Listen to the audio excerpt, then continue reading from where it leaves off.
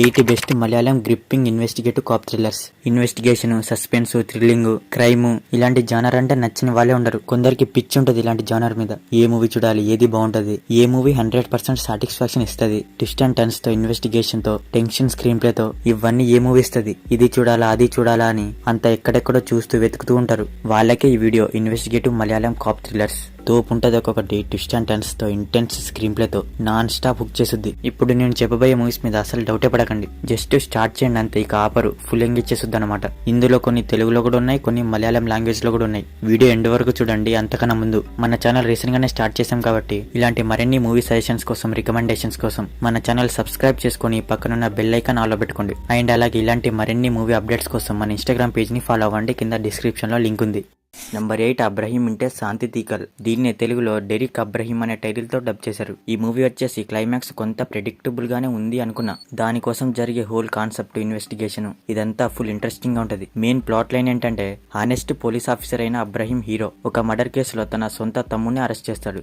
కాదు చేయాల్సి వస్తది. తర్వాత అతని తమ్ముడు ఇన్నోసెంట్ అని తెలుస్తుంది. మరి ఇంతకీ ఆ మర్డర్ చేసింది ఎవరు, ఎవరిని చంపారు, ఎందుకు చంపారు, నిజంగా హీరో తమ్ముడు ఇన్నోసెంటేనా లేకపోతే అది అబద్ధమా, లాస్ట్ కి శిక్ష ఎవరికి పడ్డది, ఇదంతా మీరు మూవీలో చూస్తారు. ఫైట్లు, యాక్షన్ కొంత లాజిక్లెస్ గా ఉన్నా ఓవరాల్ గా మూవీ అయితే మాత్రం చాలా ఎంగేజ్ చేస్తుంది. సెల్ఫిష్ ఈగో లాంటి క్యారెక్టర్ రైటింగ్ ఉండడంతో అసలు బోర్ కొట్టకుండా అలా ఫ్లోలో వెళ్ళిపోద్ది. ఈ మూవీ చూడాలనుకుంటే యూట్యూబ్ లో తెలుగులో ఉంది అండ్ ఆహాలో కూడా. Number 7 memories. ఈ మూవీ 2013 లో మలయాళంలో వచ్చి ర్యాంప్ పడిచింది. ఈ మూవీ ప్లాట్ లైన్ ఏంటంటే, తన ఫ్యామిలీ చనిపోవడంతో ఆల్కహాల్ కి అడిక్ట్ అయిన శామ్ మెలిక్స్ అతను కొన్ని మర్డర్ కేసుని ఇన్వెస్టిగేట్ చేయడం చుట్టూ మూవీ ఉంటది. ఇందులో హైలైట్ ఏంటంటే లాస్ట్ వరకు స్క్రీన్ ప్లే తో ఒక ఆట ఆడుకున్నారు. సస్పెన్స్ గానీ, టెన్షన్ గానీ, థ్రిల్లింగ్ గానీ పీక్స్ లో జనరేట్ అయింది. ఆల్కహాల్ ఎడిక్షన్ లో పృథ్వీరాజ్ పర్ఫార్మెన్స్ అయితే మెస్మరైజింగ్ గా ఉంటుంది. కంప్లీట్ ట్విస్ట్ అండ్ టర్న్స్ తో గ్యాప్ లేకుండా ఎంగేజ్ చేసే మూవీ ఇది. డైరెక్టర్ జీతు జోసెఫ్ 1 year లోనే 2 సాలిడ్ థ్రిల్లర్స్ తో వచ్చారు. అది అప్పట్లో. ఒకటి దృశ్యం అయితే, ఇంకోటి ఇది. ఈ మూవీ అయితే అస్సలు మిస్ అవ్వద్దు. మూవీ అయితే జియో హాట్‌స్టార్ లో స్ట్రీమింగ్ అవుతుంది. నెంబర్ 6 గరుడన్.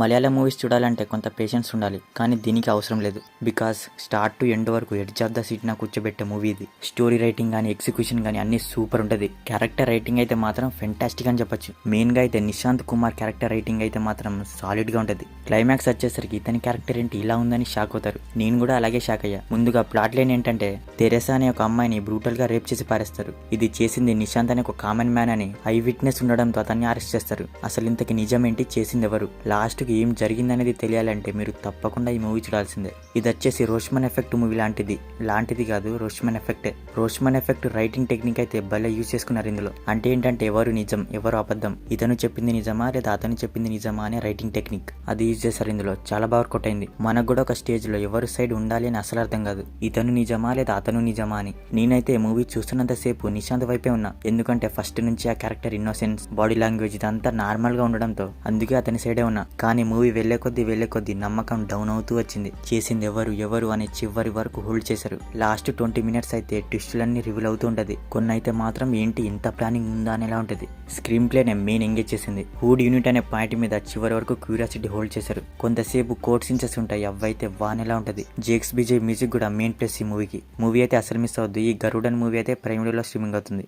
నెంబర్ 5 ఎలా వీజా పొంచిరా. ఇది వచ్చేసి స్లో బర్న్ థ్రిల్లర్, అలాగే డార్క్ క్రైమ్ థ్రిల్లర్ కూడా. నాకు డార్క్ థ్రిల్లర్స్ అన్న, డార్క్ రైటింగ్ అన్న పిచ్ అన్నమాట. బహుశా ఇది కూడా అందుకే కనెక్ట్ అయింది అనుకుంటా. సినిమా రన్ అయ్యే విధానం చూసి ఇదేంటి ఇంత స్లోగా ఉందనుకున్నా. ఇక్కడే మీరు పప్పులో కాలేసినట్టు అసలు ట్విస్ట్ క్లైమాక్స్ లో ఉంటది. ఆ క్లైమాక్స్ ట్విస్ట్ తో ఒక్కసారిగా షాక్ ఇచ్చింది మూవీ. ఎప్పుడైనా సరే మూవీ స్లోగా ఉందనేది మ్యాటర్ కాదు, క్యారెక్టర్ రైటింగ్, డెవలప్మెంట్ బాగుండి ఒక డార్క్ అట్మాస్ఫియర్ క్రియేట్ చేయడం, దాని వల్ల త్రోవట్ మూవీ మొత్తం ఏదో జరుగుతుంది అనే క్యూరియాసిటీ బిల్డ్ చేస్తుంది. క్యారెక్టర్ బిహేవ్ చేసే విధానం, బాడీ లాంగ్వేజ్ కూడా అంతా ఏదో మిస్టీరియస్ గా ఉంటది. మూవీ మొత్తంలో పెద్ద క్యారెక్టర్స్ కూడా ఏముండదు, ఒక 2 క్యారెక్టర్సే ఉంటాయి. మెయిన్ ప్లాట్ లైన్ వచ్చేసి, కేరళలోని ఒక 2 పోలీస్ ఆఫీసర్స్ ఒక స్మాల్ వైర్లెస్ పోలీస్ స్టేషన్ లో వర్క్ చేస్తూ ఉంటారు. అక్కడి చుట్టుపక్కల ఒక ఉమెన్ బాడీ పార్ట్స్ కనపడడంతో ఆ బాడీ ఎవరిది, దాని వెనుకున్న మిస్టరీ కనిపెట్టడం చుట్టూ మూవీ ఉంటది. రియల్లీ స్క్రీన్ ప్లే స్లోగా ఉంది అనే గానీ క్లైమాక్స్ ట్విస్ట్ అయితే మాత్రం ఒక మాస్టర్ పీస్ అని చెప్పొచ్చు. ఒక డార్క్ క్రైమ్ థ్రిల్లర్ చూడాలనుకుంటే ఈ మూవీ అస్సలు మిస్ అవద్దు. ప్రైమ్ వీడియోలో స్ట్రీమింగ్ అవుతుంది. Number 4 Mumbai police. ఇది కూడా 2013లో మలయాళంలో రిలీజ్ అయ్యి రాంపాడిచ్చింది. దీన్ని మన వాళ్ళు రీమేక్ చేశారని నాకు సినిమా చూస్తుంటే అర్థమైంది. 2013లో సుధీర్ బాబు హంట్ అనే మూవీ టైటిల్ తో రీమేక్ చేశారు. కానీ అది పెద్దగా ఇంట్రెస్టింగ్ గా ఉండదు. కొన్ని మూవీస్ ఉంటాయన్నమాట, రీమేక్ చేయడం ఒరిజినల్ బ్యూటీ పోకుండా అంత బాగా తీయడం వర్కౌట్ అవ్వదు. అలాంటి లిస్ట్ లో ఈ ముంబై పోలీస్ ఉంటది. నేను రీమేక్ కూడా చూసా, అది అసలు నచ్చలేదు. ఒరిజినల్ ఇచ్చిన కిక్ ఇవేం రీమేక్ ఇవ్వలేదు. ఈ ముంబై పోలీస్ ప్లాట్ లైన్ ఏంటంటే ఏసీపీ ఆంటోనీ మాసెస్ తన ఫ్రెండ్ ని చంపిన వాళ్ళని కనుక్కుంటాడు. అది హయ్యర్ అఫీషియల్స్ కి చెప్పే లోపే మధ్యలో యాక్సిడెంట్ అయ్యి మెమరీ లాస్ ప్రాబ్లం వల్ల అంతా మర్చిపోతాడు. తర్వాత అతని ఫ్రెండ్ ని చంపింది ఎవరనేది ఎలా కనుక్కున్నాడు, కనిపెట్టాడా లేదా, లాస్ట్ కి ఏం జరిగిందనేది మూవీ ప్లాట్. మీలో ఎవరైనా ఇంకా రీమేక్ చూడకపోతే ఈ ఒరిజినల్ చూడడానికి ట్రై చేయండి. మంచి tight screenplay and execution, Prithviraj, Sukumar and mesmerise performance, వీటి వల్ల డబుల్ కిక్ ఇస్తుంది మూవీ. క్లైమాక్స్ ట్విస్ట్ అయితే మాత్రం తోపని చెప్పొచ్చు. ఇఫ్ మాకు వేరే లాంగ్వేజ్ లో చూసేంత ఓపిక లేదంటే క్లైమాక్స్ ట్విస్ట్ ఒక్కటి చాలనుకుంటే మన తెలుగు రీమేక్ చూసేయండి. ఈ ముంబై పోలీస్ మూవీ అయితే డిస్నీ ప్లస్ హాట్‌స్టార్లో స్ట్రీమింగ్ అవుతుంది. Number 3 Heaven. దీన్ని నెంబర్ 3లో పెట్టడానికి కారణం తెలుగులో ఉంది కదా. ఇదొక crime mystery thriller movie. Plot line ఏంటంటే మన హీరోయిన్ పీటర్ కొడుకుని ఎవరో చంపేస్తారు. మరి ఇంతకి చంపింది ఎవరు చంపారు, దేనికి చంపారు, కారణం ఏంటి, దాని వెనుకున్న మిస్టరీ ఏంటి అనేది తన ఫాదర్ అయిన పీటర్ కనిపెట్టడం చుట్టూ మూవీ ఉంటది. ఇందులో మెయిన్ హైలైట్ ఏంటంటే స్క్రీన్ ప్లే చివరి వరకు హుక్ చేస్తుంది. కంప్లీట్ ఇన్వెస్టిగేషన్, మోటివ్ ఏంటి, దేనికి చేశారు, వీటి చుట్టూ రన్ అవుతూ ఉంటది మూవీ మొత్తం. సెకండ్ హాఫ్ అయితే ఇంకా బాగా ఎంగేజ్ చేస్తుంది. మంచి storytelling, Suraj mesmerising performance, అతని యాక్టింగ్ వల్ల త్రూఅవుట్ మూవీ అంతా గ్రిప్పింగ్ గా ఉంటది. ఈ మూవీ తీసిన డైరెక్టర్ డెబ్యూ మూవీ అట ఇది. తన ఫస్ట్ మూవీకే తన స్కిల్స్ అంతా చూపించాడు. ఈ మూవీ చూడాలనుకుంటే తెలుగులో డిస్నీ హాట్‌స్టార్లో స్ట్రీమింగ్ అవుతుంది. నెంబర్ 2 కోమాన్. ఇది ఏంటంటే స్టార్ట్ అవ్వడం కొంత స్లోగా స్టార్ట్ అవుతుంది.